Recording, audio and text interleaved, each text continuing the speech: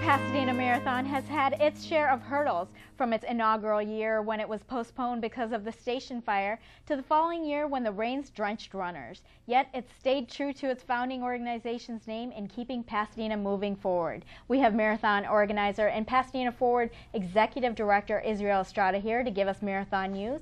Always a pleasure to have you here, Israel. Thank you for having me back. So what has kept you staying motivated? I mean, you know, the runners have to have their motivation and endurance.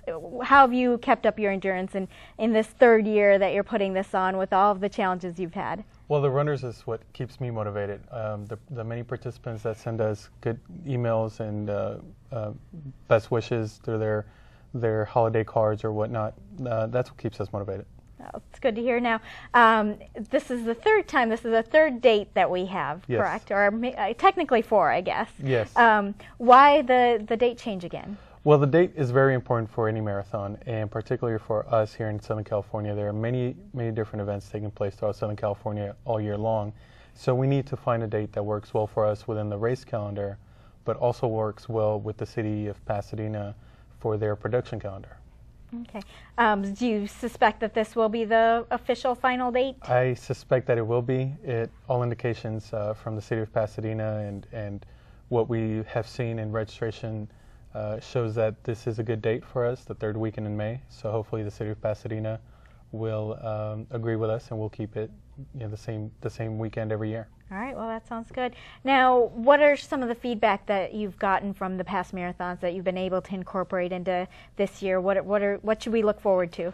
Well, one of the major changes is that this year we have a 10K, which is something that was heavily requested the past few years, and we also have a kids run. So we've incorporated that as well. Okay, and is the wheelchair race, is that new as well? Or? And the wheelchair race is new.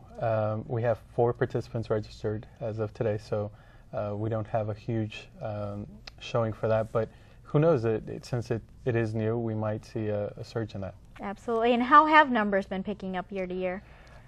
They haven't. It's been kind of hit and miss, and one of the reasons we changed the date from February to May was because registration was a little lower last year than we had hoped for. But this year it looks like registrations have picked up. Right now we have over 6,000 people registered, so by race date we probably will have about 8,000. Okay, good. Now, how do you think this marathon compares to others around the country? Well, I think we're one of the few nonprofit organizations to put on a marathon, so I think that's one of the biggest differences.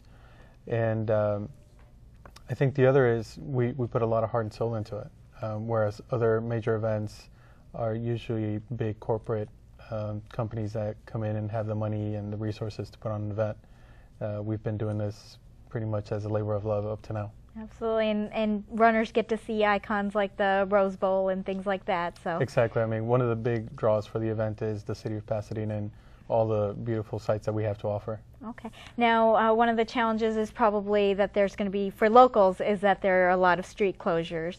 You have that information on your website, or? Yes, we have some of that information on our website, and we'll keep updating it as the city of Pasadena staff review our parking plan and our traffic plan, and we'll have all of that on the website as well. Okay, now I think you were mentioning around Lake in Washington there's going to be significant delays. Yes, there's a few locations. If you're coming from the Altadena area, if you're traveling south, there are some significant delays that people should expect, and one of them is definitely Lake in Washington. Okay. Well, they should definitely check your website to get all of that up-to-date information. Absolutely. But thank you so much for coming here, Israel, and we can't wait for our live coverage, 3 hours of live coverage on Marathon. Yeah, I can't wait. Day. Thank you. Okay. Thanks, Sehnita. Well, next is Apple keeping track of your location information. We'll find out when our teen techie, Grant D, joins us in the Tech Bite. CCN, Crown City News. Your news, your neighborhood. We'll be right back.